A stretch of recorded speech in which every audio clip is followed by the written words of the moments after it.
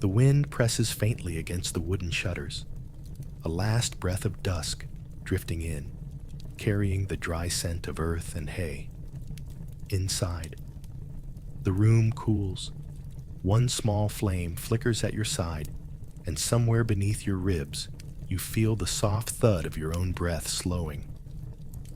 Tonight, let yourself soften. Let the weight in your shoulders dissolve for a little while.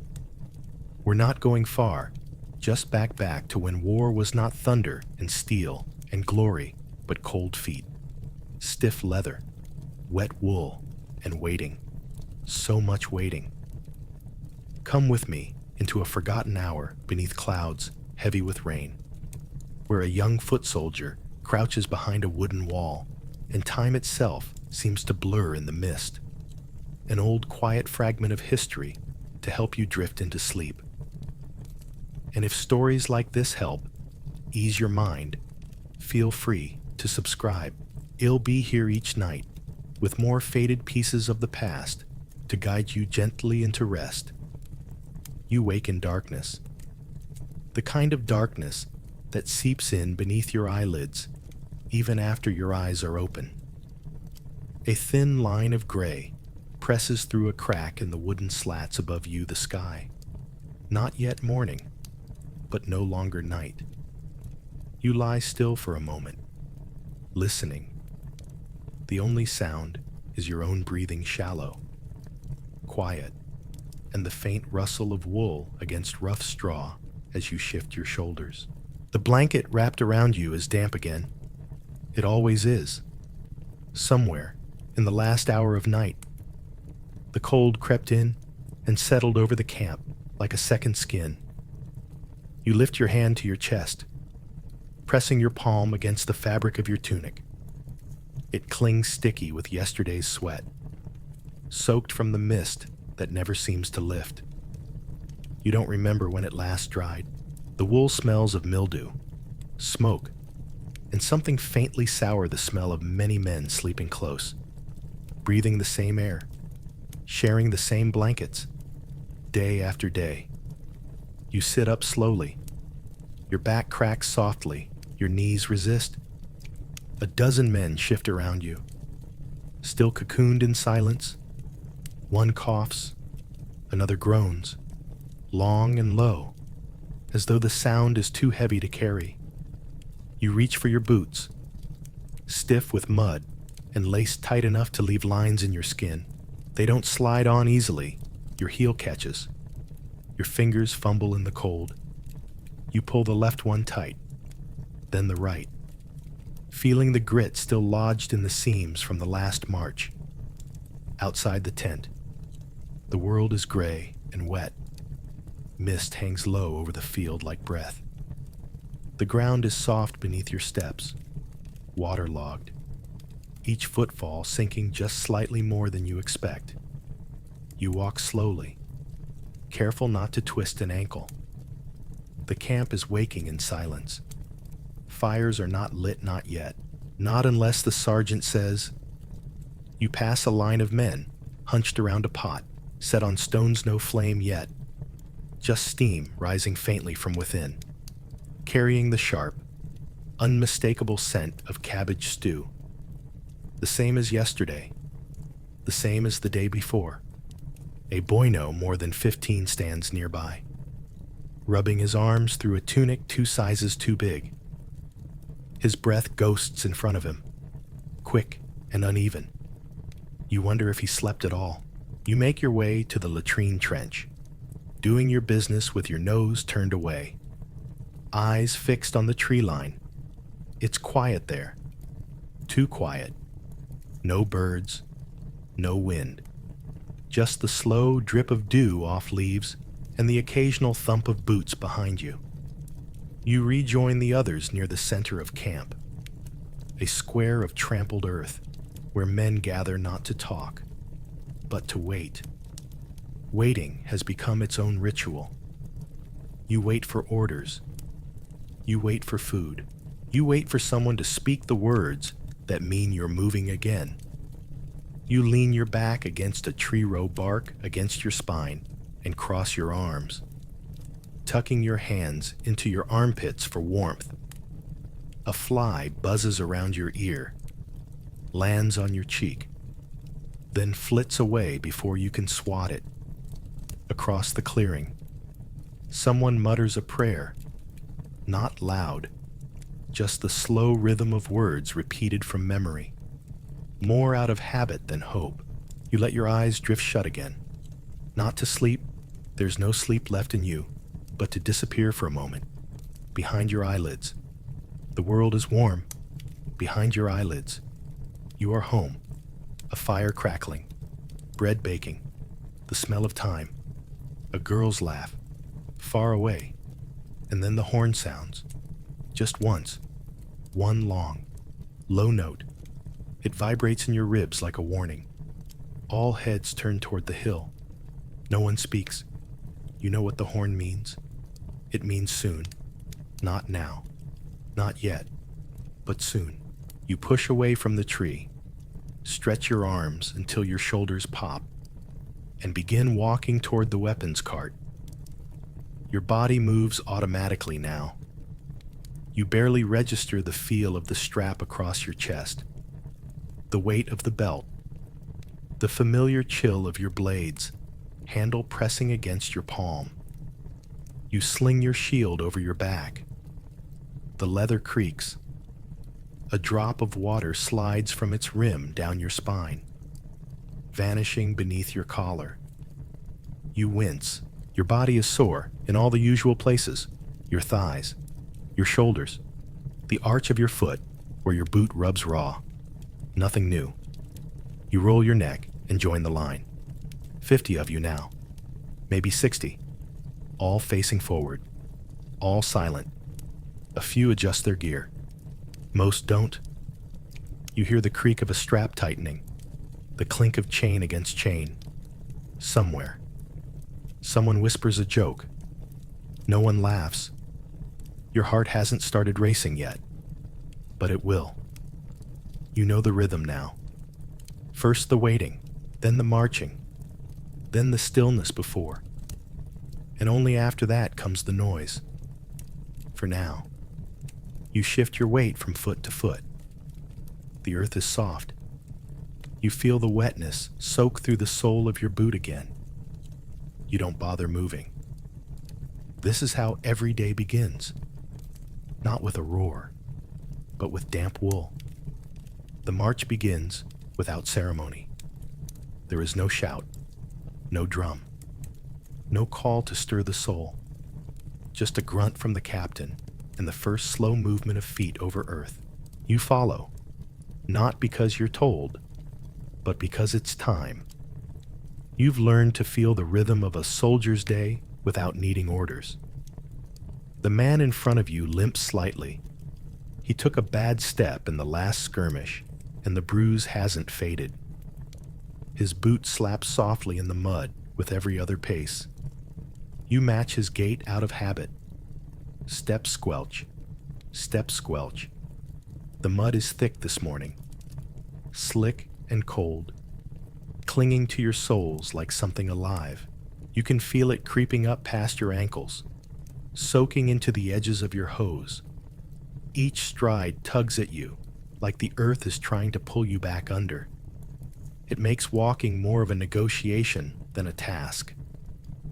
The path winds through low grass, churned by weeks of passing boots.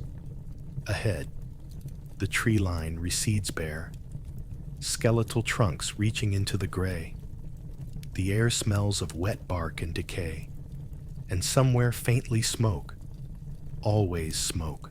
It lingers in the fabric of your cloak, in the folds of your collar, in your beard. It becomes part of you. You breathe in through your nose, trying to find something fresher beneath the ash, maybe a hint of pine, maybe damp moss, but all you get is the metallic tang of morning breath and the sourness of boiled cabbage. Your stomach tightens with quiet hunger. It's not urgent. Just there, a background throb. The hunger never really leaves. You pass a broken fence, splintered and half buried in the mud. and a toppled cartwheel leaning against a tree. Signs of someone else's life, briefly intersecting your path before being swallowed by the war. No one says anything. You don't ask who lived here. No one ever does. The line of men stretches ahead, heads down, shoulders hunched. The sound of breathing and boots is the only music you march to. Behind you, you hear a man stumble. His boot catches in a rut, and he curses under his breath. Not loud, not angry, just tired. He rights himself and keeps walking. No one turns to look. The sky stays low and heavy above you, the same color as old milk. Rain threatens, but doesn't fall. You almost wish it would. It's better than waiting for it. The air clings to your face, your neck, your arms moist, but not clean. Everything smells like wet iron and wool. Your feet ache with every step. Not sharp pain, just the slow, grinding soreness that comes from weeks of walking in boots that never quite fit. You curl your toes occasionally, flex your ankles, anything to shift the pressure. It helps a little. A crow caws in the distance, just one. It sounds close, then distant, then gone. You look up, trying to spot it, but see only branches twisted like bone. Another step, another squelch. The mud deepens as the trail narrows. Someone ahead slips and nearly falls. A few men pause to help, pulling him upright, brushing the muck from his sleeve. No one speaks. It's too early for words, too heavy. You pass through a narrow grove, where the air is still and close, and the trees lean inward like watchers. The sounds of the march grow muffled here, your own breath louder than anything else. You catch sight of something small in the grass, a child's doll, half buried in mud. Its face faded, one button eye missing. You don't stop. You don't even let yourself wonder. The road opens again on the other side, revealing a rise in the land ahead. A low hill, covered in patchy grass and spotted with stone. That's where the captain is leading you. A temporary station, another place to wait. You feel the shift in the column as men notice the climb. Backs straighten, feet drag slightly. The pace slows. Mud grips harder as the slope begins. You lean forward, letting your weight do the work. The hill isn't steep, but it's soft, slippery, unforgiving. You plant your feet carefully, pressing down with your toes. Your calves burn. Your breath grows louder near the top. The mud turns slick with gravel and dung someone's horse passed through here earlier. Maybe a cart, maybe just bad luck. You try not to slip. The man beside you isn't so lucky. His foot slides out and he lands hard on his knee. He hisses through his teeth and limps the last few paces. You offer a hand, but he shakes his head. "Save it," he mutters, and you nod. At the top, the land flattens out into a wide, open field. Yellow grass stretches ahead, trampled in places, soaked in others. You can see the edges of makeshift fortification, stimmer palisades, dug trenches, a ring of overturned carts forming a low barrier. It's not much, but it's where you'll wait. Again, the sergeant motions to spread out. You find a place along the outer edge and drop your pack. The weight lifts from your shoulders, and for a moment, your spine feels like it might float upward. You flex your arms, then crouch. Mud oozes up around your boots. You don't care anymore. It's just part of the day. You sit there, quiet, hands on your knees, eyes on the field, waiting. Again, always waiting. You sit for a while, knees drawn up, elbows resting on them, chin tilted toward the pale horizon. Around you, the others do the same. Some crouch with heads bowed. Some lie back in the wet grass, staring at nothing. No one speaks. There's nothing to say. Just beyond your foot, your poleaxe lies in the dirt. You reached for it without thinking when you sat down, placing it beside you like a companion. Its shaft is dark with use, chipped along the edges, smoothed by weeks of grip and weather. The blade catches a sliver of sky-dull metal reflecting dull light. You don't touch it yet. Just look. The weight of it is a memory in your shoulder. It lives in your tendons now, the ache it leaves behind long after it's set down. You pick it up slowly, running your hand along the length. Splinters catch at your palm. You know every mark on this weapon. The crack near the base from the clash 3 days ago. The faint bend near the hook. Almost invisible unless you feel for it. You let it rest across your lap. Heavy and awkward. It was made for hands larger than yours, arms stronger than yours. But it's what they gave you, and now it's yours? The wood is cold, not icy, just lifeless. You close your fingers around it anyway. Feel the pull in your wrist. The blade shifts slightly with your breath. You wonder what it was like. The first time someone held it, when it was new edges sharp, handle clean, metal gleaming in the forge light. Now, it's stained with sweat, with rust, with things you'd rather not name. You've swung it more times than you can count, and every time, it felt too slow, too wide, too heavy. But you swing anyway, because in the moment, you don't have a choice.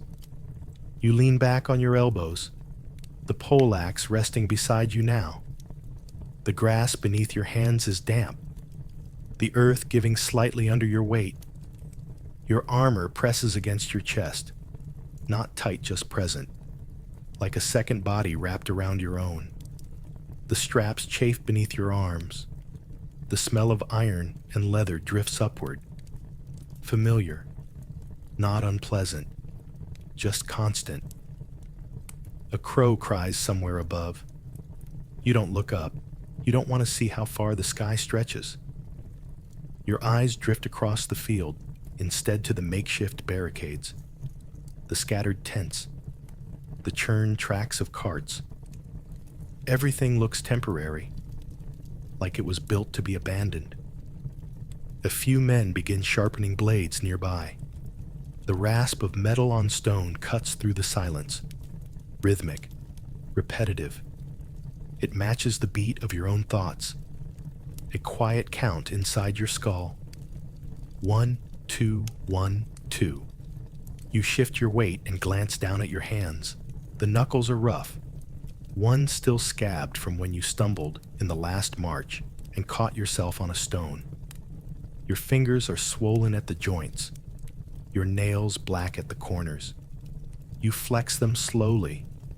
They respond, but not without protest. Your grip is no longer steady, but it's still strong enough. The sergeant walks past, nodding as he checks each man.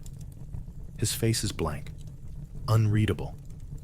He carries a dagger at his belt, not a sword. You wonder if he's ever needed to use it. Probably, but you'll never ask. That's not how things are here. You don't ask. You don't talk. You carry your weapon. You wait. And when the time comes, you swing. Your stomach grumbles faintly. The hunger has sharpened now. Still quiet. Still low. But present. You imagine what they'll serve today. More cabbage stew. Maybe some salted pork if you're lucky. The thought doesn't comfort you. It just reminds you that the day is long, and there are many hours left before anything warm touches your lips. You shift again, stretching your legs out in front of you. Mud cakes the sides of your boots. Your hose is soaked halfway up the calf. You don't care anymore. You stopped caring about wet feet weeks ago. You care only that your boots stay whole. A split sole is worse than any wound. The poleaxe slides slightly, its edge digging into the earth. You lift it again. Place it across your thighs. Heavier now. Somehow. Or maybe you're just more tired. You remember the first time you trained with it, how the haft bruised your ribs when you missed a block, how the blade tugged at your shoulder like a living thing, how you thought you'd never master it. You still haven't, but you've stopped thinking about mastery. Now, it's about motion.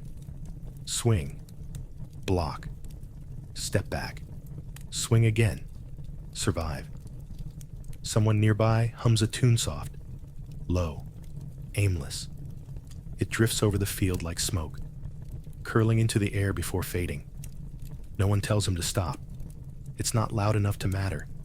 It just is, like everything else. Like the wind, like the cold, like the poleaxe resting against your knees, whispering of things you don't want to remember. A sharp whistle breaks the quiet.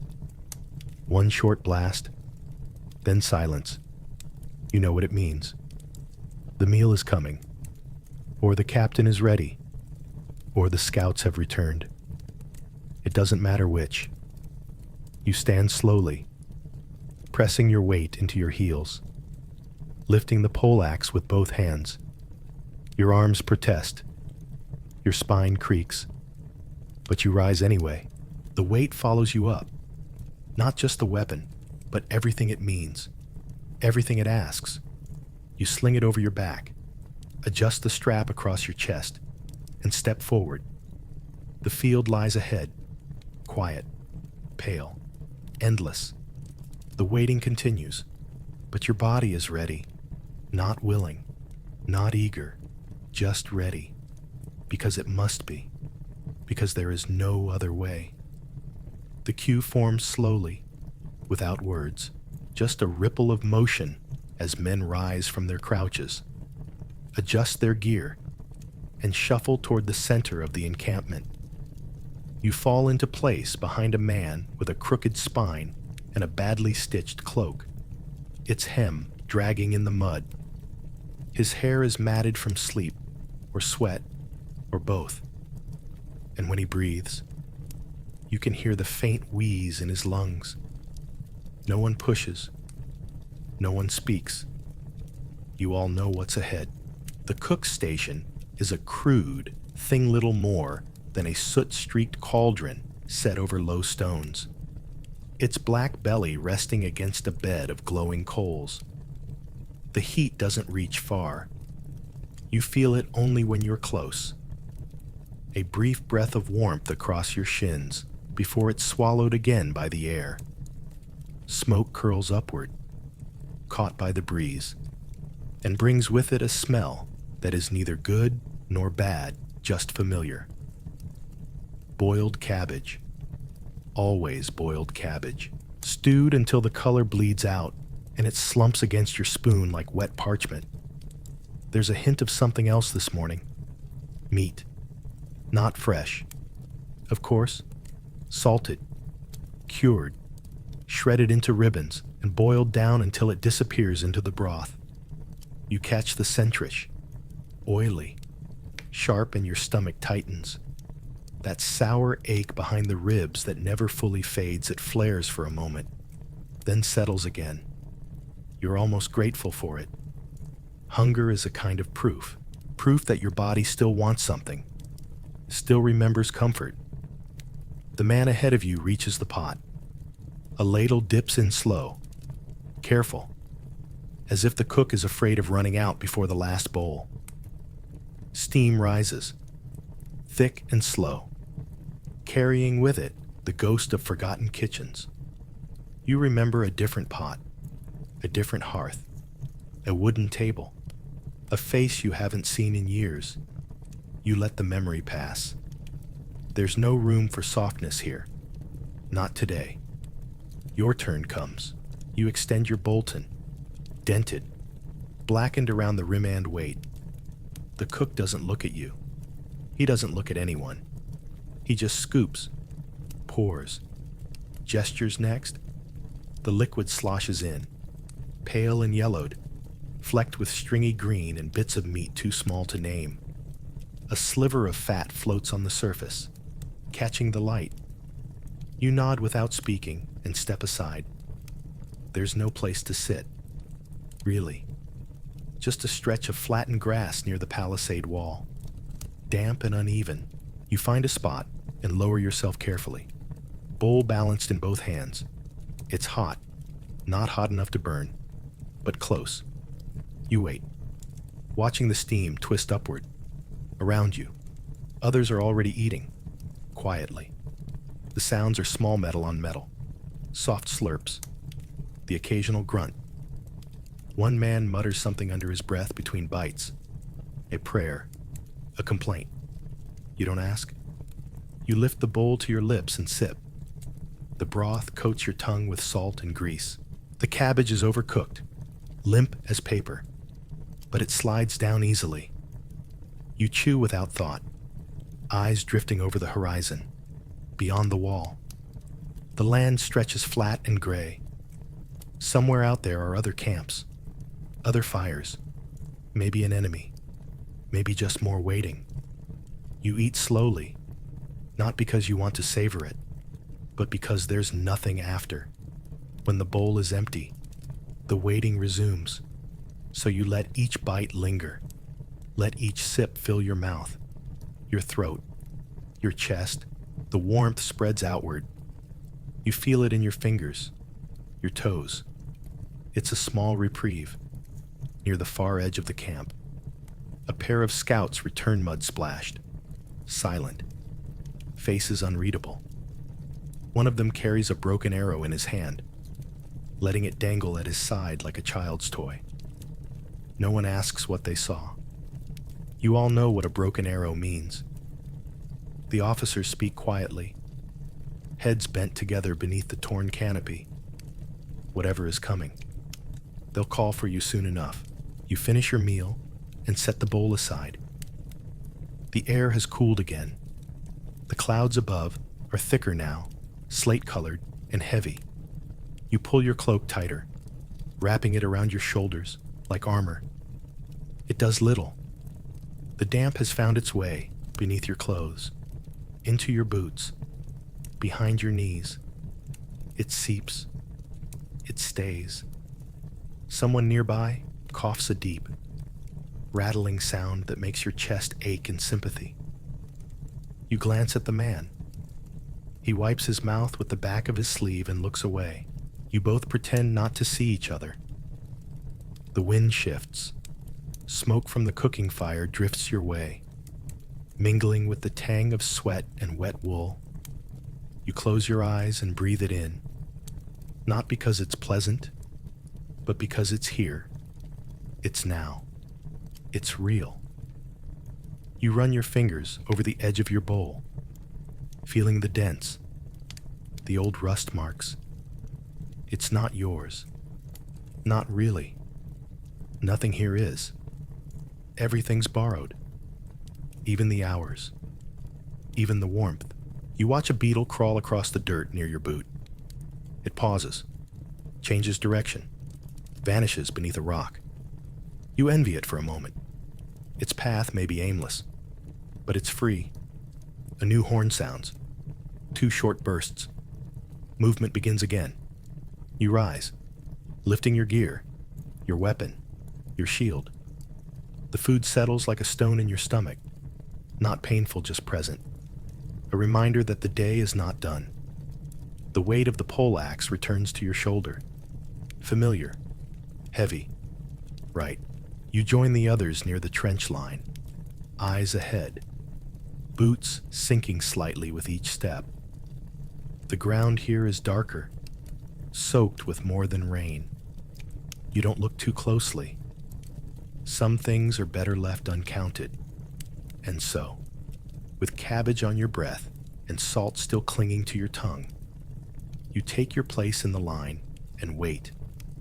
Again. It comes again. The sound. One long note low, steady vibrating in your chest like the tremble before thunder. You stop mid-step. So do the others. No one needs to say what it means. One horn means stand by. Not attack, not retreat, just prepare. That awful middle ground where your muscles tighten and your thoughts thin to a single line of breath. You shift your stance, adjusting your grip on the poleaxe, the familiar pressure of it pulling at your shoulder. A shallow breeze lifts your cloak, fluttering it against your legs like a whisper. You hear a creak behind you, leather, stretching as someone tightens their belt. Another man exhales sharply through his nose. It's not fear, not really. It's awareness of your body, of the space around you, of the weight you carry, both metal and memory. Your heart isn't racing yet, but it will. You know the pace by now. First comes the horn, then the quiet, then the second horn. That one you don't want. That one means motion. That one means blood. You look around. 50 men, maybe 60, all arranged in loose formation near the hilltop. The makeshift barricades offer little protection, just rows of pointed stakes and overturned carts. But they feel like something to put your back against, something to hold. The captain walks the line. His eyes don't meet yours, but he sees you. He sees all of you. His sword is sheathed. His voice is quiet. He speaks only to the sergeants, who nod once, then move away. That's all it takes. The rest of you understand. Form up. Face forward. Wait. The sky darkens slightly. Not with weather, just the slow tilt of the earth. Mid-morning. Maybe. Hard to tell anymore. The clouds are thick and endless. No shadows. No sun. Just gray light that bleeds into every surface. It makes the world feel flat, drained of color. The only brightness is the red strip of cloth tied to the captain's arma signal. A target. A flag. Your fingers tighten on the poleaxe. It's already begun to feel heavier, as if the horns call added weight to the wood and iron. You let the shaft rest against your shoulder, letting your body hold it without effort. You don't want to waste strength. Not now. Not yet. Voices murmur behind the line.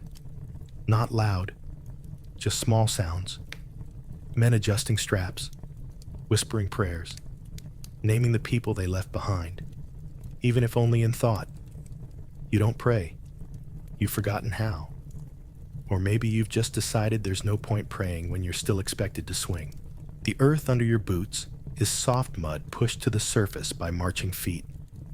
It shifts slightly when you move. Not enough to lose balance, but enough to notice. You widen your stance a little. Better footing. You've learned to look for it. Rocks, roots, divots that twist your ankle. It's the little things that get you killed. Not the sword, not the man. The horn doesn't blow again. Not yet. You glance toward the tree line.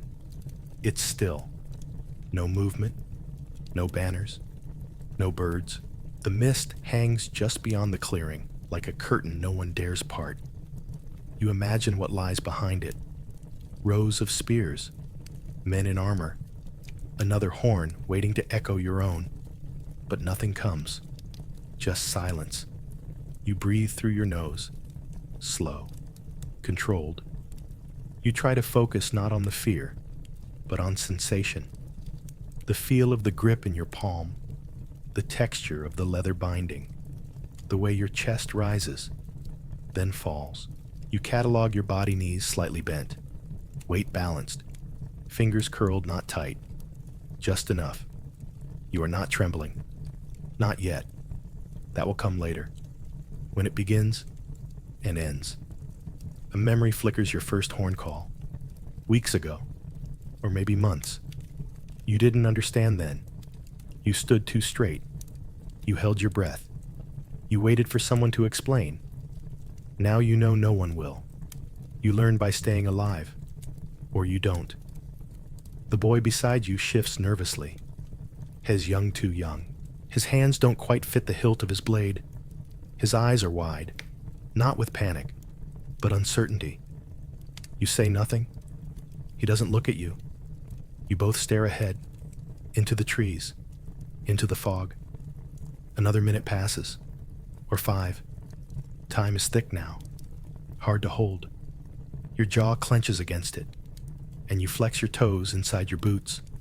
Circulation, focus, motion, even in stillness. These are the tricks you learn, the things no one teaches. A crow calls again.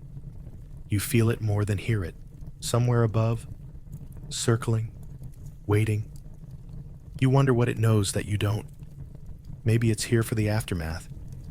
Maybe it just likes the quiet before the storm.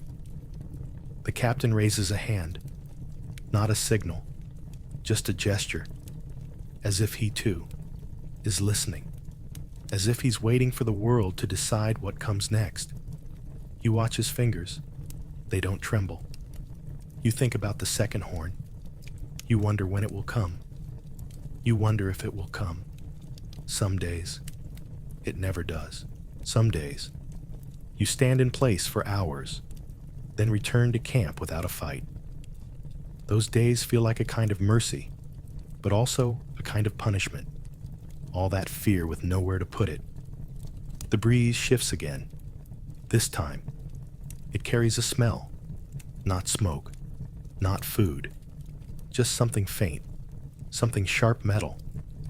Maybe. You breathe it in, then exhale slowly. The men around you sense it too. No words pass between you, just a shared glance, a muscle tensed, a foot repositioned. The horn still hasn't blown again, but the waiting has changed. It's heavier now, like breath before the plunge. And so, you stand there, still watchful, ankle deep in mud fingers, curled loosely around your poleaxe, waiting for the second sound that will change everything. You hear the leather stretch first, the familiar creak as men begin fastening their gear a little tighter. The horn hasn't blown again. Not yet, but the weight in the air tells you it will. You feel it on your skin before it reaches your ears, like the sudden pressure that comes before a storm. The boy beside you fumbles with the buckle of his shield strap. His fingers are clumsy, shaking slightly. You say nothing, but after a long pause, he manages it. The wooden disc settles against his forearm with a dull knock. The iron boss at the center catching the gray light. He exhales sharply through his nose, like he's been holding that breath for hours. Maybe he has. You crouch slowly and retrieve your own shield from the mud beside you. The back is damp. The leather padding inside feels slick, cold, softened by repeated use. You fit your arm through the strap, letting it ride just above your elbow. It pulls slightly at the bruises underneath. You wince, just a little, as the pressure finds a tender spot near your bicipone from last week, or the week before. You've stopped keeping track. Pain becomes part of the gear, a familiar lining to every movement. You roll your shoulder, adjusting the fit. The weight redistributes itself, pressing into your ribs, your spine, your collarbone. It always feels heavier on one side. That's something you've grown used to. Your body learns to tilt without thinking. You balance. You breathe. You carry. The edge of the shield is frayed in places. Splinters where blades have struck. One corner is dark with old blood, yours or someone else's. You never asked. The wood is splashed with dried mud. Faint finger marks near the grip from when you've clutched it too tightly. Too long. It's not pretty, but it's held. That's all you ask. Around you, others are settling in, shields rising into position, leather cords pulled tighter, hems adjusted, armor fastened with practiced hands. This part of the ritual needs no command. No one speaks. Words aren't necessary when the body knows what to do. You shift your stance again, grounding your feet. The mud sucks gently at your boots as you settle your weight. Your knees bend slightly. Your back straightens. The poleaxe is in your right hand, the shield in your left. That balance again, that strange, lopsided readiness. You feel the edge of the shield brush against your chest, resting just above the ribs, cold wood against skin. There's no warmth left in it, only the memory of contact, of movement, of hours holding it in the rain. A gust of wind rushes across the clearing, not loud, just enough to raise a chill beneath your collar. Your cloak flutters again, then falls still. You glance toward the captain, who still hasn't moved.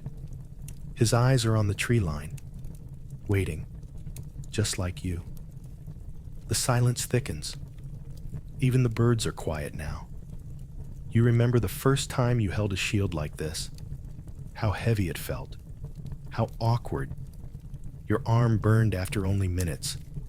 The instructor shouting from somewhere behind you, "Keep it high, keep it close, let it breathe with you." You didn't know what he meant then. You do now. The shield isn't just for blocking. It's part of your body. It moves with you, shifts with your breath, carries your fear. The boy to your left lifts his for the first time. He holds it too far out, elbows locked, the edge tilted away from his core. You resist the urge to correct him. He'll learn, or he won't. Either way, the lesson will be quick. A murmur moves down the line. Not words, just that subtle, human shift, like a field of grass in a breeze. You adjust again. Tighten the grip on your weapon. The wood is worn smooth where your hand rests, but a knot in the shaft presses against your palm. You welcome it. You need to feel something real, something grounding. Another breath, another pause. Time continues its strange dance stretching, shrinking. You feel like you've stood here forever. You feel like the horn could blow in the next heartbeat. Both might be true. Your shield presses against your arm like a reminder you are not alone. Even if you feel it, dozens of men flank you, all facing the same unseen shape in the trees. You don't know their names, not all of them, but you know how they breathe, how they move, the sound of their boots, the pace of their footsteps. That's a kind of knowing, a kind of trust. You shift the shield slightly higher. Your forearm protests, muscles tight from old wounds, but it holds. You take another breath slow, steady, silent. The kind of breath that keeps your hands from shaking, that lets you think. Even when everything in you wants to run, still no second horn, still that long, quiet before. You glance at the boy again. His eyes are wide. He's biting the inside of his cheek. His shield is still too low. You meet his gaze, just for a moment. Then you nod. Not a smile, not encouragement, just a gesture that says, "You're still here." That's enough. He nods back and then turns forward again. So do you. Wood against skin, iron against bone. A shield is only as strong as the hand that holds it, and yours for now is steady. It begins, not with a sound, but a smell. Faint at first, thin, sharp, curling through the cold air like a warning too subtle to name. You catch it as you shift your stance a breath, drawn deep between dry lips. And there it is, threading behind the smells of mud and wool and boiled meat. Smoke. Not from your own fires, not the soft, familiar sting of camp coals and cabbage. No, this smoke is different. It's bitter, oily. It clings to the inside of your nose and settles on your tongue like ash. You glance sideways, not turning your head, just a flick of your eyes. Others have noticed too. One man sniffs once, then again. Another tilts his head toward the trees. No one says it. No one has to. Beyond the palisade, the woods are changing. The fog that hung in soft folds all morning is lifting, or rather, burning away. You see it now, just above the black branches, the faintest haze rising in crooked spirals. There are no flames yet, but there will be. Where there is smoke, there is fire, and where there is fire, there are men. You swallow hard, but your throat is dry. You shift your grip on the poleaxe, not to ready it, not yet, just to feel it, just to remind yourself it's there, and that you still know how to use it. The haft is slick near the top from old sweat. You adjust your palm slightly lower. Better balance, better reach. The boy to your left lowers his shield slightly, blinking against the sting in his eyes. The smoke is reaching now. Not full, not thick but present. A veil brushing across your face, pricking your skin like cold nettles. The captain raises one hand, not high, just enough. The line stills. Boots plant deeper into the muck. Shields rise again. You taste iron, not blood, just the ghost of it. The memory. It's always there when the air changes, when the enemy draws near. A soft sound carries on the wind, almost like a creak, or a voice, or laughter. But when you turn your ear to it, it's gone, swallowed, lost. You stare harder at the trees. The edges of them shimmer in the smoke bending, flickering, unsure. You know they're hiding something, or someone. The weight of the poleaxe drags gently at your shoulder. Your knees flex slightly. You feel the warmth of your breath in the curve of your shield, all around you. Men are still, but inside the rhythm begins. That deep, slow thunder of breath and pulse. Not panic, just readiness. You blink, and the smoke has thickened. It no longer wafts. It crawls. It pushes. It advances across the field in slow, invisible hands. Someone coughs behind you, quiet, muffled. Another clears his throat. The sound is wet. You ignore it. A figure moves at the edge of the tree stew, far to see clearly, but close enough that you feel it, the way a shadow feels at your back. You squint, but the smoke has eaten the details. Just a blur, a shape. Then it's gone. The captain doesn't move. That's the signal. Still no horn. Still no command. Which means still no charge. Still the waiting.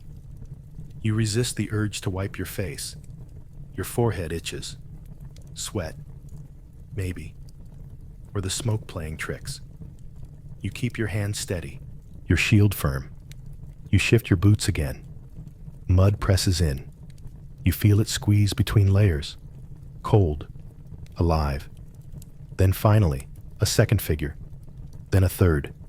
And suddenly the tree line is breathing. Alive with movement. Banners flutter. Blades glint. They aren't charging, not yet. But they want you to see them. They want you to know they're here. They want to show you the smoke. Let it choke you. Let it weigh on your lungs before a blade ever reaches your skin. You think of your father's voice years ago telling you fire was a coward's weapon. That real warriors face their enemies clean. But here in the field, nothing is clean. Not the mud, not the food, not the wounds. and certainly not the fire. The boy beside you coughs once, hard, and then clamps his jaw shut like it might fall open again. You keep your eyes forward. You count 3 banners: red, blue, and black. None familiar, none friendly. You wonder if the men beneath them feel as you do, if they also stand in soaked boots, breath catching, eyes burning. The smoke deepens. Your nose runs. You ignore it. You breathe through your mouth now, tasting the bitter air. It settles in your throat like a stone. But you stand. You grip. You bear. Still no horn. Still no charge. The wind shifts again, and this time, the smoke rushes in full. It curls over the wall like a tide, swallowing the space between you and the trees. The figures vanish. The banners disappear. Only shapes remain, tall, moving, closer. Your heartbeat thickens, not racing, just louder, like footsteps on earth, like war drums buried beneath your ribs. A thought flashes through you, unbidden. They want us blind. They want to move in shadow. They want the first clash to come from silence, from fog, from fear. You feel your grip tighten on the poleaxe. You adjust the shield a final time. The muscles in your arm hum with effort, but they hold. You are not ready. No one is ever truly ready, but you are here, still standing, still breathing. And though the trees are gone behind smoke you are watching, there is no shout, no clanging signal, just movement slow at first. A ripple down the line like wind through barley. One step, then another. Boots shift, cloaks stir, leather creaks softly as shoulders turn. And then, all at once you're marching. The captain moves forward without a word. The sergeants follow, and so do you. Your feet sink into the wet soil with each pace, the mud clinging like regret. Every step is a small battle. Pull, lift, place, pull, lift, place. You don't look behind you. You don't speak. The world narrows to the back of the man in front of you, his broad shoulders, the torn edge of his hood, the slight limp in his right leg that throws off his gait. You match it anyway. It's easier to follow than to fight it. Your poleaxe shifts on your shoulder with every step, its haft bouncing lightly against your spine. The rhythm is off by a half second, just enough to notice. You adjust, sliding your grip higher, shifting the balance. Your shield bumps your hip. You let it. These sounds, this friction, they're familiar now, like old songs. The boy is still beside you. His armor is too loose. It rattles faintly when he walks. Not loudly, but enough to hear. You know others hear it too. No one says a word. What would be the point? The fog ahead thickens with each pace, and the smoke curls like thread between trees. You can't see the enemy anymore, but you can feel them, not just in your eyes or your ears, but in your chest, behind the bone, pulsing gently with every breath. They're walking too, toward you, from wherever they started, from whatever camp they built, their feet dragging through the same kind of mud, their gear aching in the same places, their hands cold on steel.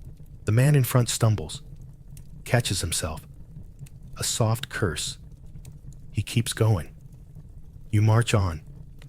The wind cuts across the field now, low and even. It slides under your cloak and raises goose flesh on your neck. You welcome it. It sharpens your mind, slices through the sluggish weight that's been hanging since morning. Your lungs tighten, but your legs keep moving. You count the breaths between steps. 4 in, 4 out. Your boots strike the earth in time. Mud gives way to firmer ground. The path is trampled, here flattened by too many feet. You step on old tracks, some filled with rainwater, others pressed so deep you can see the pattern of leather soles. Here and there, broken things lie half buried: a snapped arrow, a crumpled helm, a scrap of fabric turned dark with age or blood. You don't look closely. The line lengthens as you march. The ground rises slightly, a gentle incline, but it draws at your thighs. You breathe deeper. Your chest rises under the weight of your gear. One shoulder begins to ache, the same one as always. You roll it, just slightly, never breaking stride. Your jaw is tight. You didn't notice until now. You unclench it slowly. Feel the tension ease into your neck.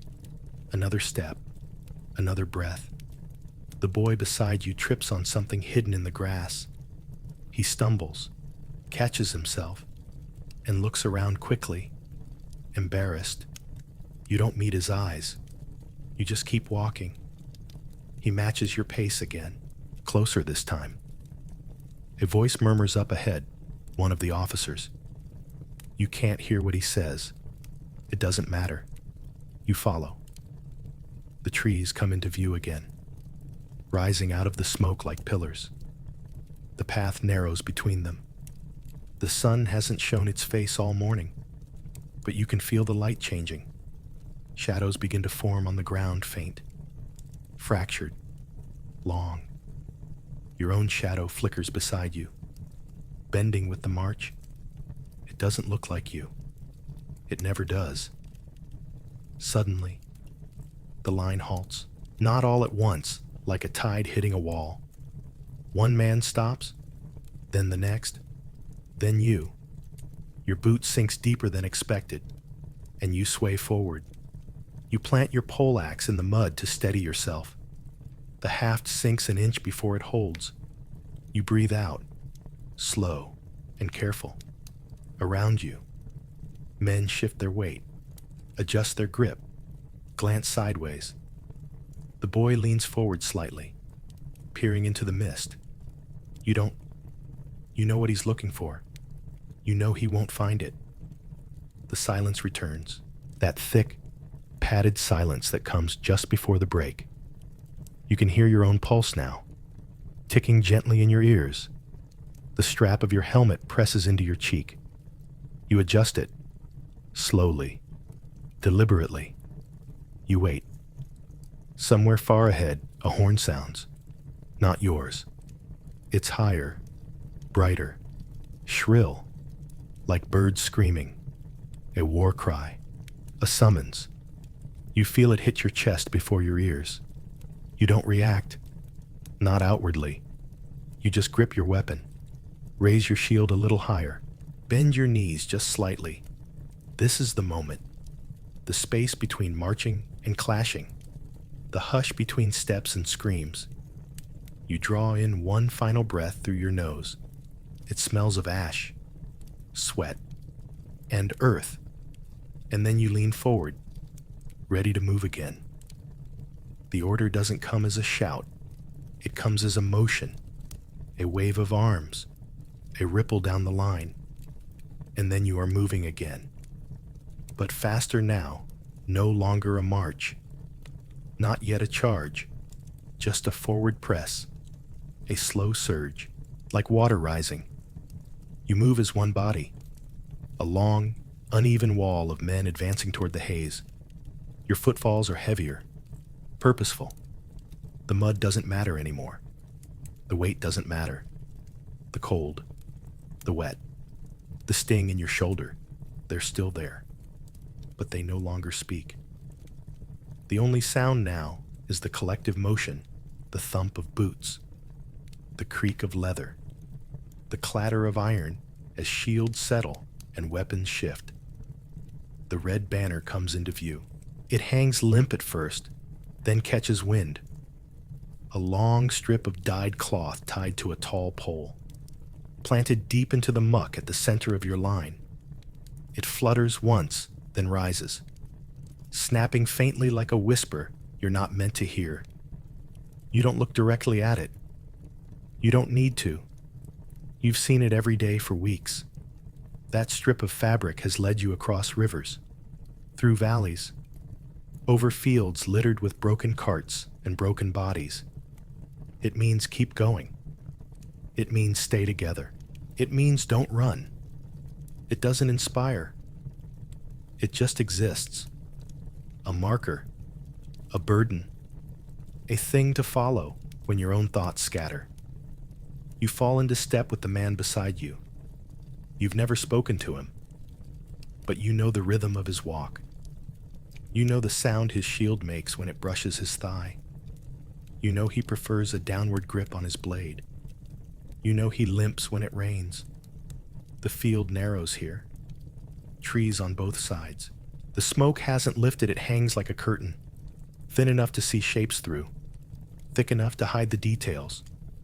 You know they're there. The others, they're line. They're red, or blue, or black banners. They're spears. They're eyes. A figure appears to your right, blurred in the fog, another soldier. Your side, red band on his arm. His shield is cracked, his hair matted, his breath visible. He walks like you. He carries the same silence. You tighten your grip, not in panic, just in preparation. The shaft of the poleaxe bites gently into your palm. Your fingertips are already sore. The leather grip is slick from sweat. You blink the smoke from your eyes and keep moving. Closer now. You can hear them, not speaking, but shifting. Their metal, their motion, a cough, maybe a creak of armor. And you can feel them. Feel the energy bending toward you, the space between shrinking, the inevitability of collision. And still, the banner flaps overhead. The boy is still beside you. His breathing is fast now. He keeps his eyes ahead, jaw tight, shield trembling just slightly. You don't speak to him, but you edge your body closer, just enough that he feels it, just enough that he knows he's not alone. One of your sergeants raises a hand. His voice carries like gravel across the line. Hold. You stop. The ground here is uneven. Ruts where carts once passed. Bones. Maybe. No one looks down. You adjust your feet. Shift your weight. Breathe in. Taste ash. Across the clearing, the mist parts just slightly, and you see them. Not clearly. Just forms. Figures. Shields. Spears. Faces. Eyes. And behind them, their own banner. Black. With a jagged white mark across it. Torn on one side. You can't read the symbol. You don't need to. They're like you. Just as cold. Just as hungry. Just as afraid. They move too. Step by step. Coming forward. A mirror image. Flesh and breath and fear wrapped in armor and wool. You think, absurdly, that they must be feeling the same mud in their boots, the same pinch in their hips, the same weight of waiting. Your captain says nothing. He walks down the line, slow and silent. His hand touches a few shoulders. He meets a few eyes. You wish he wouldn't. You don't want to see the decision in his face. But he keeps walking, calm, composed, as though this were nothing more than another morning, another field. The wind catches the red banner again. It flies, full now, rippling above your head. You don't look up. You look forward. The lines are closer now. 20 paces. 15. You can see their eyes. 12. The noise hasn't started yet. No roar. No scream. Just breath. 10. The boy beside you raises his shield. You do the same. 8. Your feet sink into the soft earth. You shift to your toes. 6. You lower your poleaxe. Hands steady. Arms wide. 4. No horn. No cry. No signal. Only the red banner fluttering above you as the world begins to move. It doesn't begin with chaos. Not yet. It begins with stillness. Your foot is raised, hovering just above the ground, and for one long, impossible second, the world refuses to turn. No charge, no cry, no clash. Just this moment, stretched tight and thin, as though the air itself is waiting to breathe again. You plant your foot slowly, heel first, then toe, feeling the soft pull of the earth beneath you. Across the field, the other line has stopped too, like a reflection. Dozens of men facing you, shapes blurred in mist and smoke, their shields barely moving, their weapons low. You imagine they're blinking like you are, their eyes stinging, their hearts hammering against armor that no longer feels protective, only heavy. Your mouth is dry. Your tongue presses against the roof of your mouth like a stone. You swallow, but nothing moves. Somewhere in the silence, a crow calls once. The sound cuts through everything, sharp, detached, almost mocking.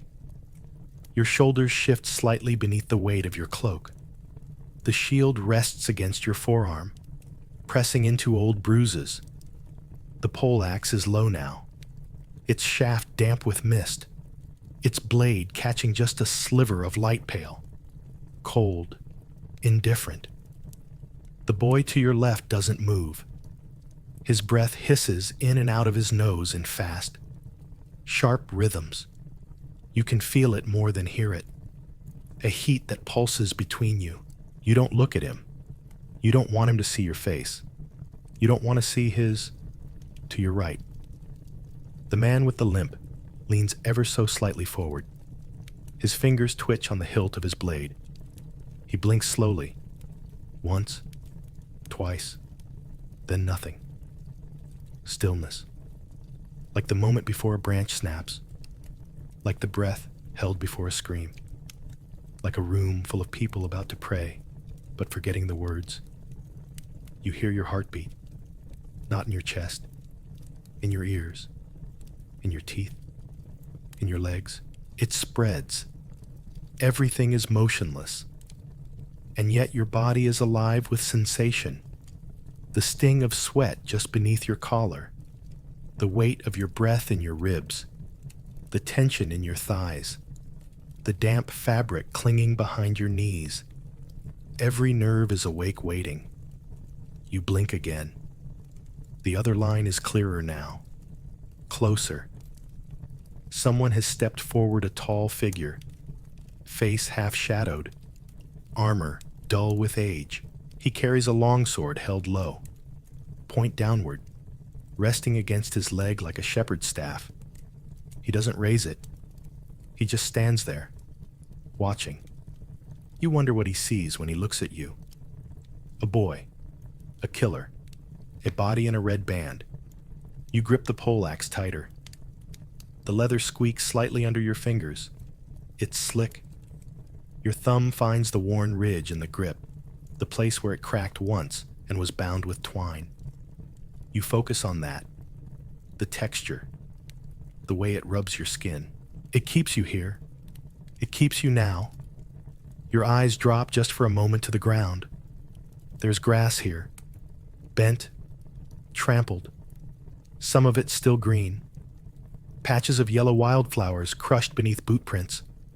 You fixate on one, a tiny blossom clinging to its stalk, trembling in the wind, but not yet broken. You feel a sudden rush behind your eyes. Not fear, not yet. Something older, something deeper. You close your eyes, just for a breath, and in that darkness, you hear it, your mother's voice, calling you home, laughing in the doorway, a fire crackling, a loaf of bread being sliced, then gone. The wind shifts again. It brings with it a new smell, not fire, not ash, but blood, not fresh, old, iron-rich, faint, lingering. It coils through the mist, winding around your ankles like a warning. Your eyes open. You look forward. The man with the sword still stands there, watching, waiting, and then just the faintest shift. His foot moves, barely, but enough. The stillness breaks, like glass. You feel it before you hear it. A roar. No horn, no orders, just men. Voices raised not in courage but in momentum. Not in triumph, but in necessity. Your body reacts before your mind. Your boots dig into the mud. Your arms rise. Your weight shifts forward. And with the red banner flapping above, and the cold in your bones, and the memory of wildflowers crushed beneath your feet, you step into the noise. It happens all at once, too fast, and yet unbearably slow. The fog parts in long, tattered ribbons as both lines move forward. Weapons lifted, shields raised, breath caught between teeth. You don't remember your first step, just the second, when your boot strikes mud and your shoulder lowers into the motion. The boy beside you is running now, not charging. Exactly, just trying to keep up. His shield wobbles. His blade is high, too high. You don't speak. There's no room for words. Only breath, only noise. The two sides meet without elegance. No clean lines. No shining heroics. Just the sudden impact of wood on wood. Iron on iron. Bodies into bodies. Your shield collides with another, jarring your entire frame. Rattling your bones from shoulder to heel. A sound escapes your throat, not a shout. More of a grunt. Deep and involuntary, like the air being squeezed from a wineskin. Your poleaxe swings on instinct, low and wide, striking something hard to shield a thigh you don't know. The blow rebounds, and you pivot, the haft thudding against your ribs. Someone to your right yells a short, sharp cry cut off halfway. You don't look. The air is thick with motion. You can't see clearly, just flashes. A blade glinting. A face smeared with mud. A splash of red that might not be blood. You lift your shield in time to catch a strike from the left. It slams into the wood with a flat, cracking sound. You stagger sideways, nearly tripping over a fallen man. He's not moving. His eyes are open. You keep going. Your arms are already tired. Not just sore, tired. Like they've been carrying weight for hours instead of minutes. You adjust your grip. The poleaxe is too long for close quarters. You jab with the butt end instead, catching someone in the hip. He drops grunting and disappears into the crush of feet. Your breath comes in ragged bursts now. Hot, thick. You can taste bile at the back of your throat. Every breath smells of sweat and earth and metal. The kind of iron that sticks in your nose long after the battle is done. A man lunges toward you, eyes wide, blade raised. You raise your shield, but he slips past it. The flat of his weapon slaps your shoulder. Glancing off your armor, you swing back, more from reflex than aim, and feel the blade catch something soft. He screams. You don't wait to see why. The boy is gone. You don't know where he is, just that he's not beside you anymore. You hope he's behind you. You hope he's still upright, all around. The sound is changing. Less rhythm, more chaos. Screams now some sharp, others ragged. Steel on steel, steel on bone. Shields cracking, men falling. The earth is wet beneath your boots. Slippery. You nearly go down again when your heel slides on something slick. You catch yourself. Keep moving. The red banner is behind you now, lost in the smoke. You strike again, and again. The edge of your poleaxe cuts deep into a shoulder. You feel it bite, then stick. You twist. The weapon jerks free, covered in something dark. You don't stop. You can't. There's no pause, no break. Your eyes sting. You blink once, twice. The air is full of ash. You inhale, and it burns. Your throat tightens. You cough hard, then cough again. Someone slams into your side. You both tumble, tangled in cloaks and armor. You roll, push off, stagger back to your feet. A hand grabs your ankle. You kick it away, hard. You don't look down. Your ears are ringing now. The noise has become a wall.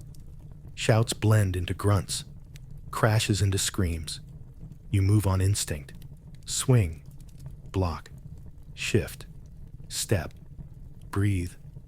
The rhythm is broken, but your body still remembers the pattern. Your shield is heavy, too heavy. You lower it for a moment to rest your arm. Just a second. A mistake. A blade catches your thigh knot deep, but sharp. You gasp. The pain is cold at first, then hot, then gone. You lift the shield again. You swing. You breathe. The mist is fading now, trampled by bodies and churned into nothing by motion. You can see clearer, but you wish you couldn't. A man crawls across the ground. Reaching for a sword he dropped. His hand is missing 2 fingers. His eyes are wild. Another stumbles past you, blood running from his temple. He doesn't stop. He just walks, eyes unfocused, like he's already halfway gone. Your leg throbs. The cut is bleeding now. You feel it soaking into your hose, warm and sticky. You press your knees tighter, lock your stance. You can't afford to fall. Not yet. Not here. Then quiet. Not full silence. Just less. Like the sound is pulled back. Waiting. You glance around. The line has thinned. Men lie on the ground, some moving. Some not. Others limp, or lean, or kneel. The enemy is still there. Fewer, but still standing. Faces slack. Shoulders heaving. You blink again. Sweat burns your eyes. Your grip has gone numb. You tighten it out of habit. You are breathing fast now. Too fast. You force it to slow. 1 in, 1 out. You look for the boy again. Nothing. You look for the captain. Nothing. You look forward. There are still more of them. Still more of you. But the first clash is done. The rest is just survival. You don't remember the moment your foot slipped. Only the feeling sudden and sure that the ground was no longer beneath you. Your boot found nothing but slick earth, and then your body lurched sideways. Your weight went with it, dragging your shield down, your shoulder low. The poleaxe tilted wide in your grip. There wasn't time to correct. There wasn't time to think. Your knee hit first, then your hip, then your hands. A jolt shot through your wrists and up your spine, rattling your teeth as you collapsed into the churned ground. The cold mud seeped instantly through your hose, your sleeves, your palms. It smelled of rot and blood. You couldn't breathe, not properly, just short gasps, shallow and quick. Your shield slammed beside you with a flat, wet smack. Your poleaxe skidded a few feet away, lost beneath moving boots, and suddenly you were small again. Just another body on the ground. Noise pressed in on all sides. A crashing, huffing, snarling world above your head. You turned slightly, face half in the mud, and saw nothing but legs and steel, and the movement of cloaks blown by breath and wind. The mist had broken into smoke now. Acrid, bitter, blinding. You tried to rise, but your body hesitated. One knee folded beneath you. Your elbow gave out. You tasted mud in your mouth, thick and metallic, like watered-down blood. And still, around you, the battle moved. It didn't stop when you fell. It never does. You reached out blindly, arm extended toward where you thought your weapon had gone. Your fingers found only wet earth. Then a hand, rough fingers wrapped around your forearm. Hard, immediate, real. You froze for half a second expecting pain. A blade, a blow, but the grip steadied you, pulled. No words were spoken, just effort, just motion. You followed the tug with your whole weight, letting your legs scramble underneath you, your boots slipping once, twice, and then upright. Not tall, not steady, but upright. You blinked the grit from your eyes, through the fog and blood and haze. You saw him. You didn't know his name, but his hand had found yours. Just a man, armor dented, face streaked with ash, mouth pressed into a tight line. He didn't wait, didn't ask if you were hurt. He just turned and kept moving, and so did you. The poleaxe lay half buried a few steps away. You limped toward it, bent slowly, picked it up. The weight was different, now unfamiliar after that moment without it. You spun it once in your palm, feeling for balance, for memory, for control. It came back, not perfectly, but enough. Your shield you left behind, too heavy, too far, and there wasn't time. You heard a scream to your left, high and short, then silence. A body fell beside you. You didn't look. You didn't stop. You turned your shoulders back into the line and stepped forward again. It was thinner now. The world. You mean, the line, the air, the space between life and falling. Everything had narrowed. Your legs ached. Your side throbbed where something fist or blade or boot had struck you. But the pain was distant, like it belonged to someone else. The mud on your tongue had gone bitter, and your breath came in a rhythm that no longer belonged to the day. It belonged to now, to the moment after a fall, to the moment after a hand finds yours, to the part where you keep going. Someone clashed with you, an enemy, helmetless, shouting something guttural. You parried without thinking.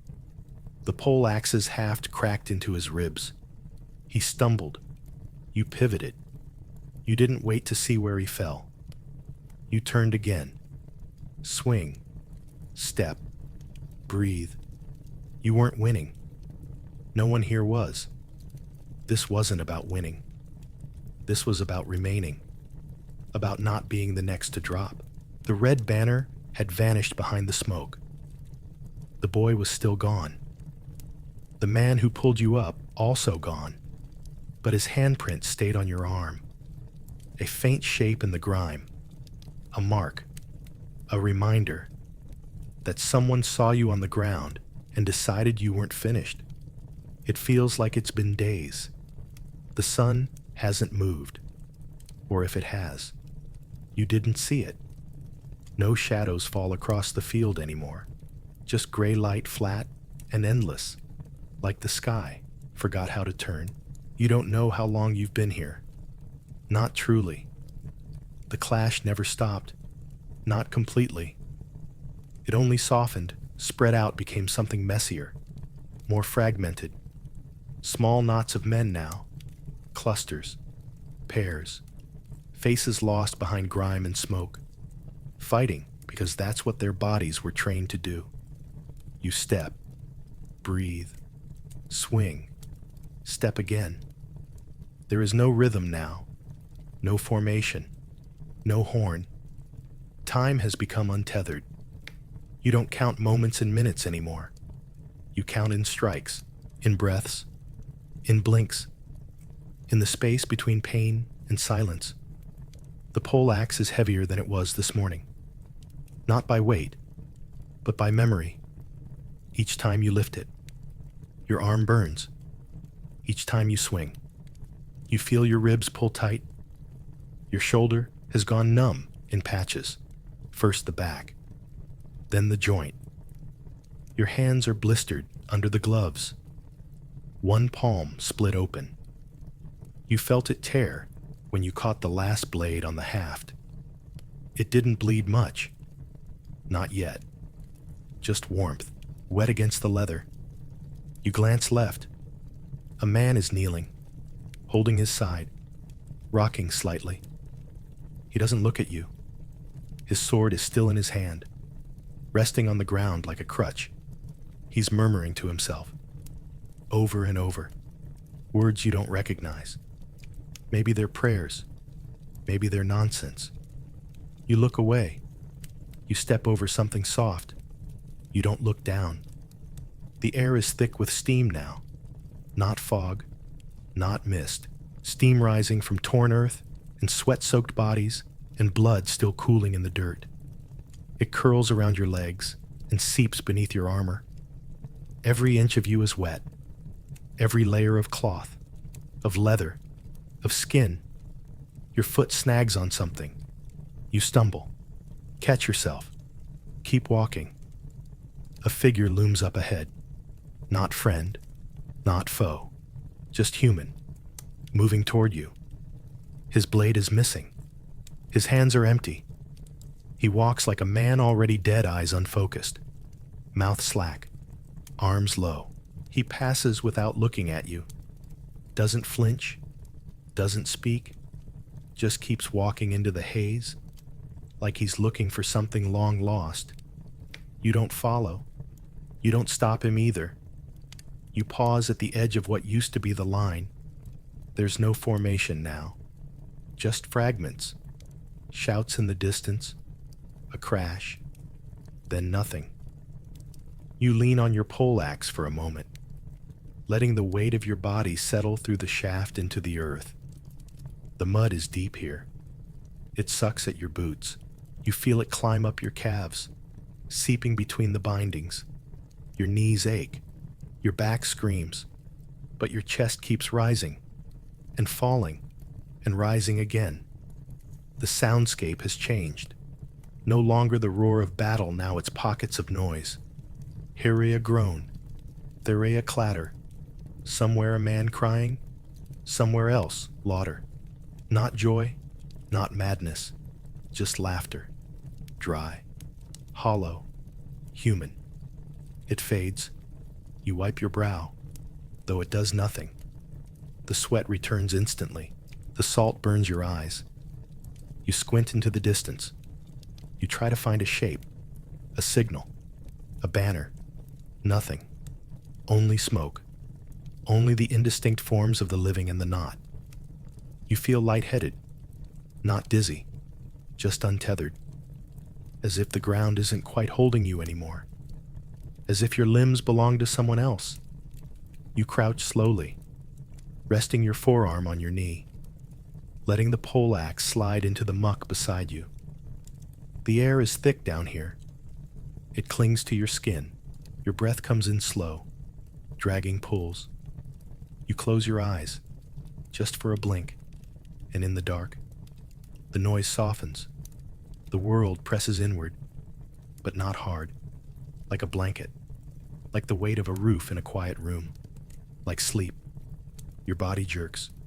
You open your eyes again, still here, still on this field, still not done. You stand. It takes more than it should. Your legs tremble. Your chest tightens. You lift the poleaxe once more and brace it across your shoulders. Not ready, not really, but upright. In the distance, a horn sounds. Not yours, not theirs. Just one long, mournful note, and the mist stirs again. The horn fades, but the smell lingers. It hits you as the air shifts heavy. Close, metallic, not like blood fresh from a wound, but something older, deeper, like wet rust, like iron dragged through the earth and left too long in rain. It clings to the back of your throat, to the edge of your tongue. You taste it when you breathe. Your mouth is dry. You swallow nothing. The poleaxe rests across your back now, the haft caught beneath one arm. Your fingers are too stiff to grip it the way you did hours ago. You've stopped counting time. You measure now in aches, in scars forming, in what part of your body stops responding next. The sky above is the same shade of ash it's been all day. A colorless dome, no sun, no shadow, just cold. Patient light that falls on everything equally, on blood, on faces, on corpses, on you. You wipe your face with the back of your wrist. The motion leaves a smear across your cheek. You don't care. No one does. Somewhere nearby, a man vomits. You hear it. A wet, retching sound, followed by coughing, then silence. He does not scream. He does not rise. You take a few slow steps forward. Your legs move, but they no longer trust you. They tremble with each pace, unsure whether to carry or to collapse. You clench your jaw and keep walking. One foot, then the other. You are not chasing. You are not retreating. You are simply continuing. The battlefield has emptied in patches. Some shapes lie still. Others drift, weaving between the fallen like ghosts, searching, surviving, collecting. You see a man crouched over another, not helping him but unbuckling his belt, stripping what little he can carry. He doesn't meet your eyes. Neither of you speak. The smell deepens. Iron. It's stronger now. You don't know if it's from your hands or your breath or the soil itself. It is soaked into everything, into the cracks of your gloves, the stitching of your collar, the fabric of your tongue. It fills your lungs, your nostrils, the space behind your eyes, and it won't leave. You lift the poleaxe again. The motion is slow, deliberate.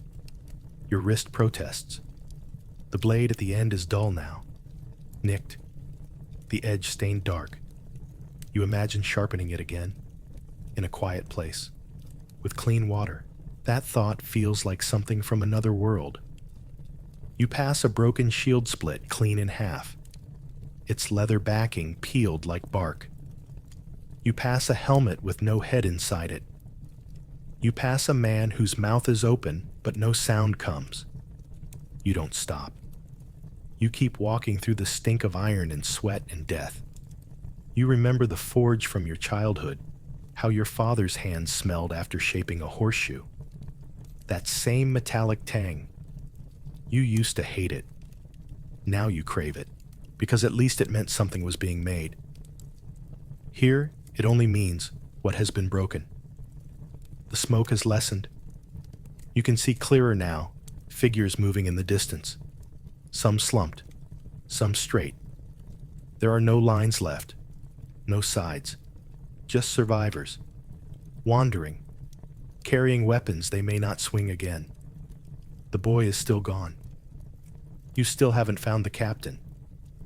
The man who pulled you from the mud has vanished into the fog or the ground. You're not sure anymore who's alive. You stop walking, just for a breath. The wind shifts and brings the smell again, thicker. You blink and rub your eyes with the heel of your hand. Grit clings to your lashes. You taste blood. You don't know where it's from. You press your hand to your chest. Your breath is there, still rising, still falling. The iron smell presses close, like a blanket drawn too tight. You close your eyes, just for a moment, and in the dark, there is silence and the faint memory of a forge, of heat, of hammer, of home. The fog returns like an old friend slow, unannounced, and unwelcome. It seeps across the field in low, crawling bands, curling around your legs and wrists, clinging to the open places of your body like fingers pulling you down. It's not thick knot yet, but it hides what it needs to. It softens the shapes of the dying. It blurs the faces of those left standing.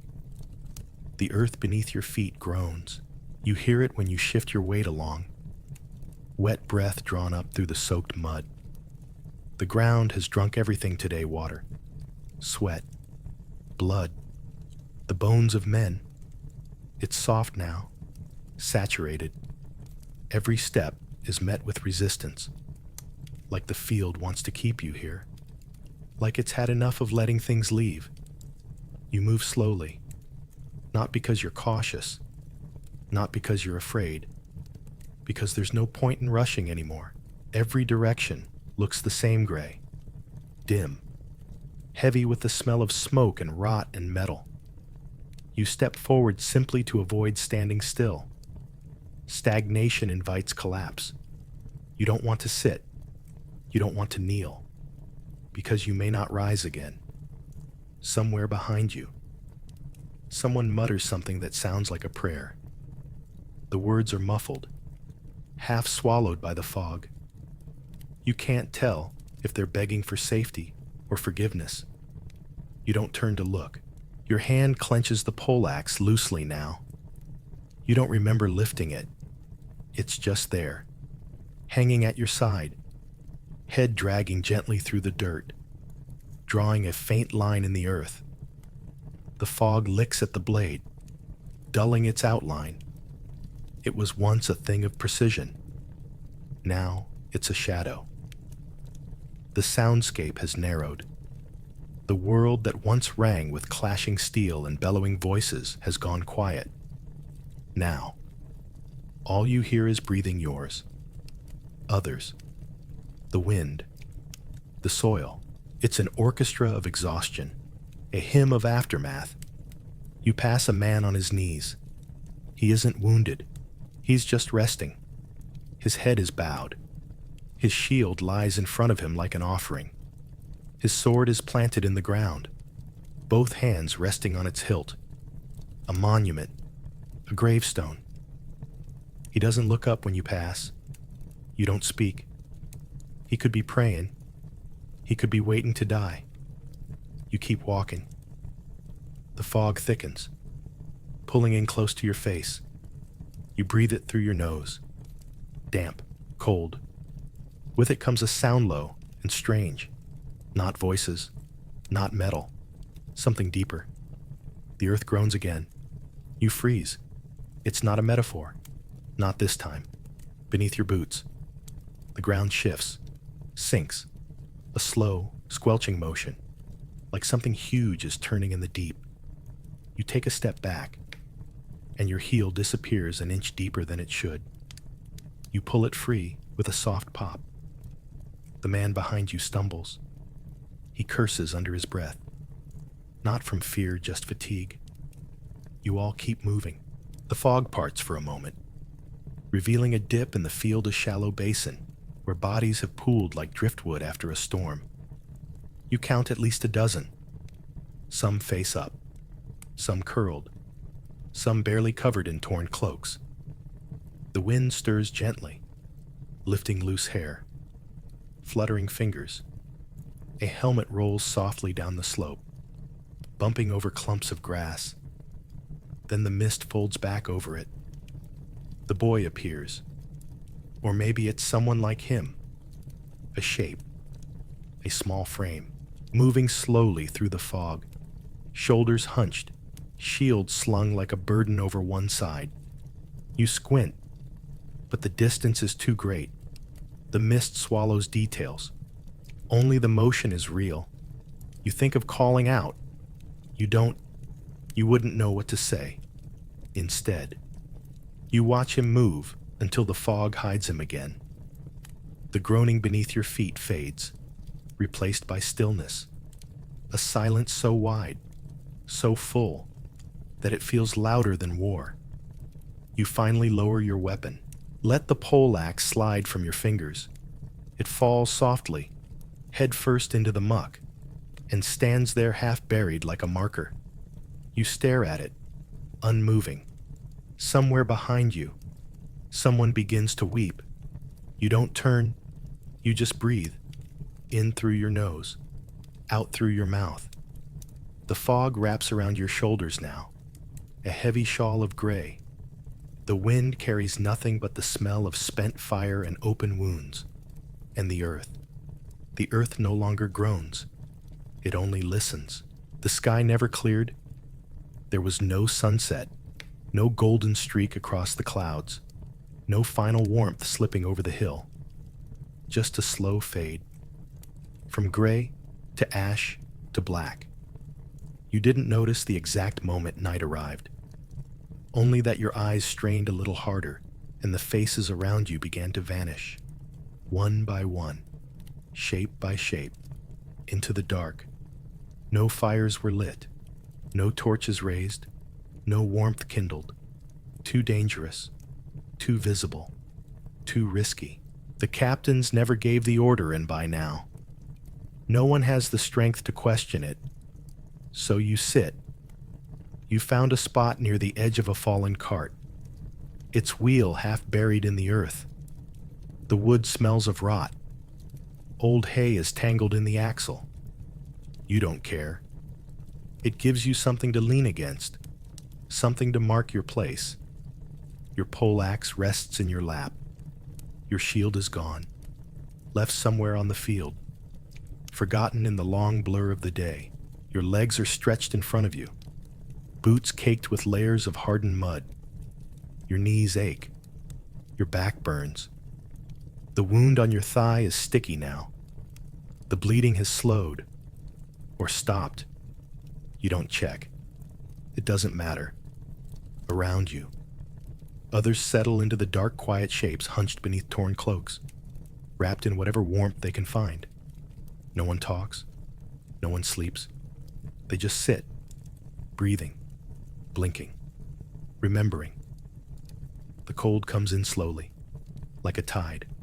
Not sharp, not sudden, just steady. First your fingers, then your arms, then the soft space behind your knees. The warmth from your body bleeds into the air and doesn't return. You try to tuck yourself smaller, fold your limbs tighter, pull your collar higher. It helps. A little. Your breath fogs in the darkness. You watch it curl upward, then fade. The sounds of night are different now. There are no insects, no birds, just the occasional cough, a groan, the shuffle of someone shifting in the grass, and once far off the sound of sobbing. Soft, choked, brief. You close your eyes, not to sleep, just to rest the ache behind them. And for a moment, in the dark, you are no longer on this field. You are under a roof, a thin blanket across your chest, a candle flickering near your bedside, the creak of wood as someone moves past your door. You are clean, full, safe. You let the dream unfold for a few seconds longer than you should, but then a wind cuts across the field, and the memory is gone. You open your eyes. Night is deeper now. The fog has settled into dew. It beads along your sleeves, slides down your cheeks, collects on the flat of the blade in your lap. You draw your cloak tighter. Your body shivers once, then stills again. Beside you, another soldier curls into himself, his knees drawn to his chest. His helmet is off. His eyes are closed. His lips move faintly, though no sound comes out. A prayer, a song, a name you don't ask. Your voice is gone anyway, used up somewhere between the morning and now. You wonder if the stars are still above you. You don't look. You're not sure you want to see them. They feel too far, too clean, too much like something that belongs to another world. A world that doesn't know this field, this night, this silence. You adjust the poleaxe across your legs. The metal is cold against your thighs. The haft is slick. You wipe it once with your sleeve, then give up. Your hands tremble, just slightly. It's not fear, not anymore. It's just the cold, just the body beginning to shut down. to draw in, to survive. You listen for the sound of firewood cracking, for pots bubbling, for laughter. There is none. Only the quiet, only the weight, only the black. Endless breath of night without fire. It begins before dawn. When the sky is still the color of iron and the mist clings low to the ground like morning cloth, you're already awake. You never truly slept. No one did. You simply waited, eyes closed, body curled tight, breath shallow, waiting for light, for warmth, for order, for something to happen that might signal the day has begun. And then it does not, with a trumpet, not with a horn, but with footsteps, heavy, slow, methodical, the kind of footsteps that don't wander, but search, the kind that pause, then move, then pause again, counting. You hear them long before you see them. Officers, or what's left of them, men with charcoal-streaked faces and broken buckles. Some carry parchment, others simply nod and keep tallies in their heads, one by one.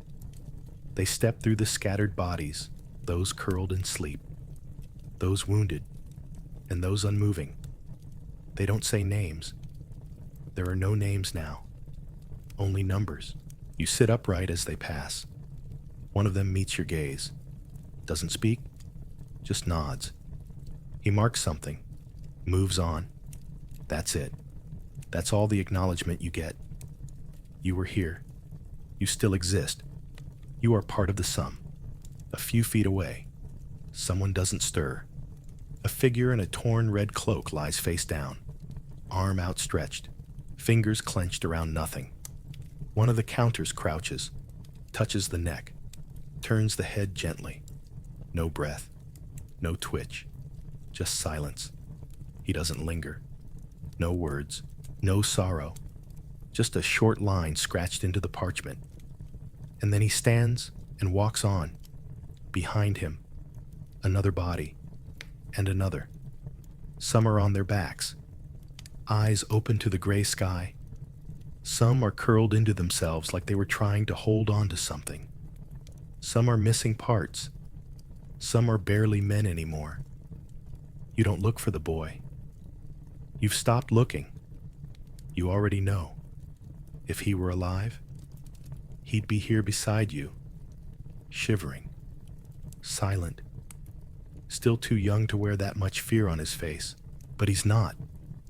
And that silence beside you is louder than anything the counters could record.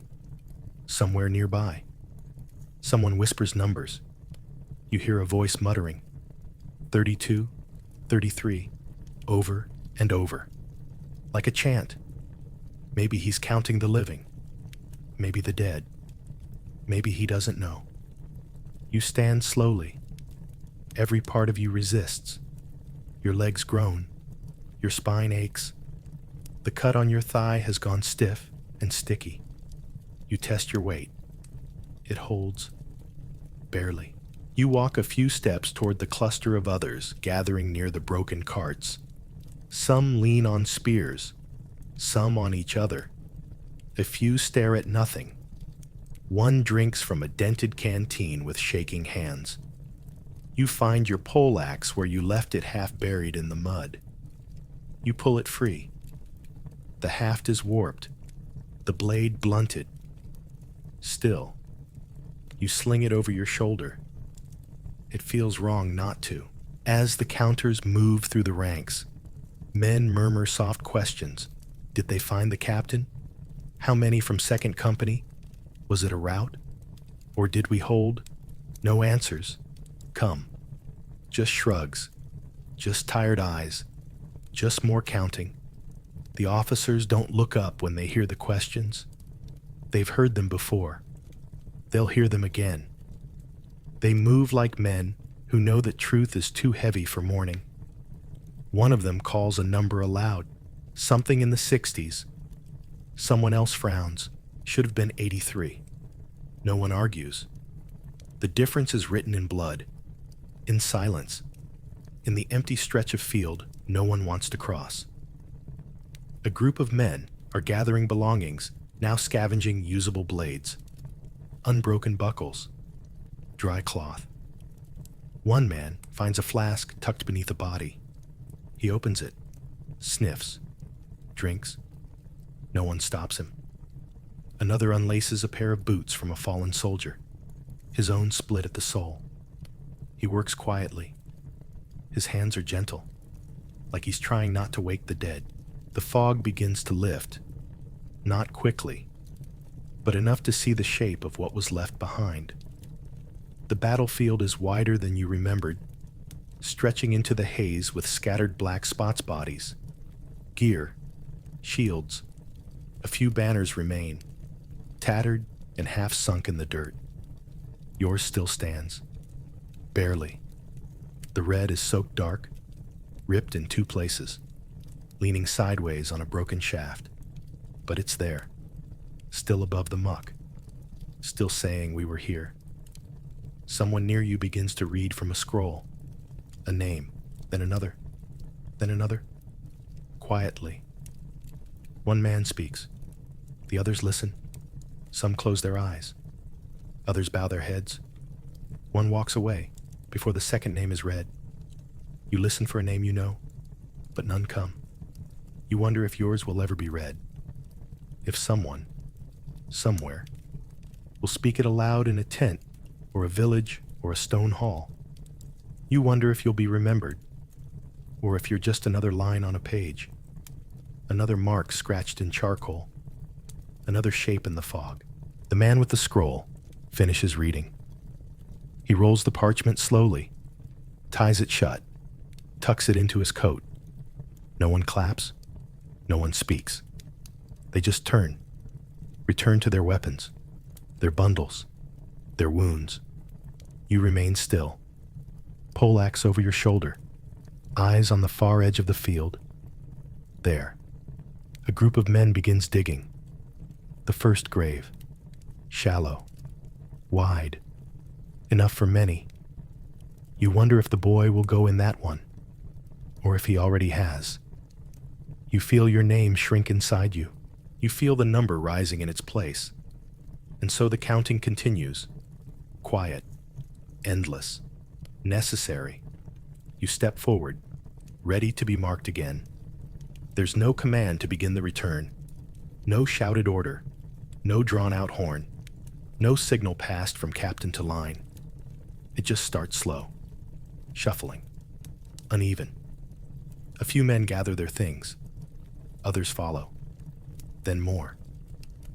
You watch as one by one they turn away from the battlefield, shoulders hunched, heads low, steps heavy. Some lean on broken spears. Others walk empty-handed. No one looks back. You fall in beside them, not because someone tells you to, but because it's the only thing left to do. Your boots drag at first. The mud tries to hold you, just like before. But there's no urgency now. No enemy to charge. No banner to follow. Just the slow rhythm of bodies moving toward somewhere that isn't here. You pass through the same field that felt endless just yesterday. But now it seems smaller, emptied, like something drained it hollow. The trees on the far ridge stand silent.